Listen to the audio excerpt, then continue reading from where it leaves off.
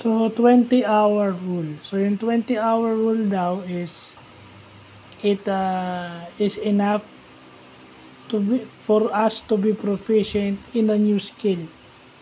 It is enough proficiency to the basics or fundamentals of a new skill. So, ibig sabihin, 20 hours tayo magpa-practice divided into 45 minutes practice time. So, magiging proficient tayo sa basics and fundamentals ng skill na yon in 20 hours.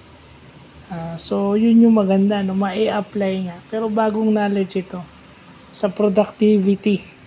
So, 20-hour rule. So, siguro, sa dribbling, di ba, sa basketball or sa sport siguro, hindi natin masabi. Pero siguro sa management, sa workplace, di ba, yung mga skills sa work, sa office work and office procedures within 20 hours, yung basics nun, kasi magiging routine mo siguro, makakabisa mo yun. So, yun lang po.